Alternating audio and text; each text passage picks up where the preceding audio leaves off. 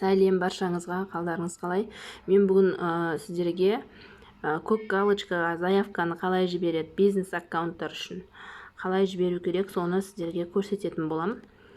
Егер аккаунттарыңыз бизнес аккаунт болса, онда профессиональный аккаунт болады ғой, обычный емес. Сондай аккаунт болса, онда оң жақта профильге кіреміз, өзіміздің оң жақтағы астындағы ең шеттегі.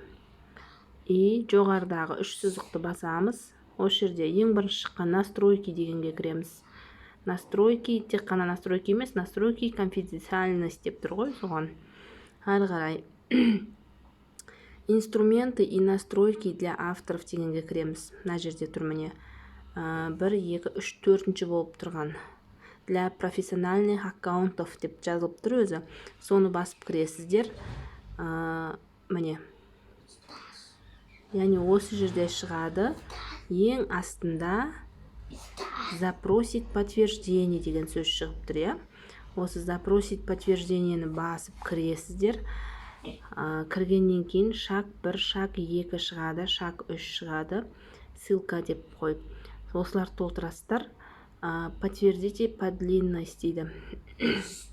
Яғни бұл жерге фамилия, имя, отчество жазып, имя пользователя жазып, тип документ тіркейсіздер, удостоверение болсын, паспорт болсын, бірдеңе тіркеп, добавить файл десіздер. Мен кеше жібергем, что-то маған ответ келген жоқ, потому что менің аккаунтым активный болып тұрған жоқ в данный момент.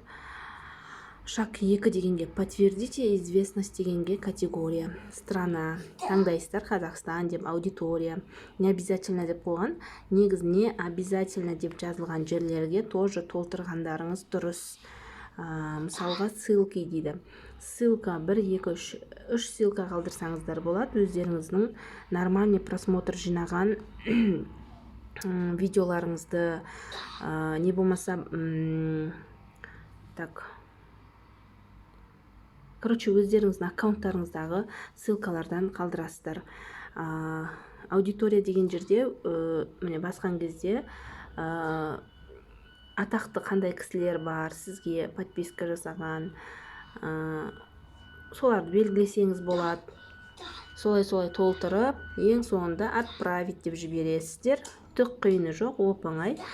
Ең бастысы, сіз егерде удостоверениеңізбен сай болу керек, аты жөніңіз.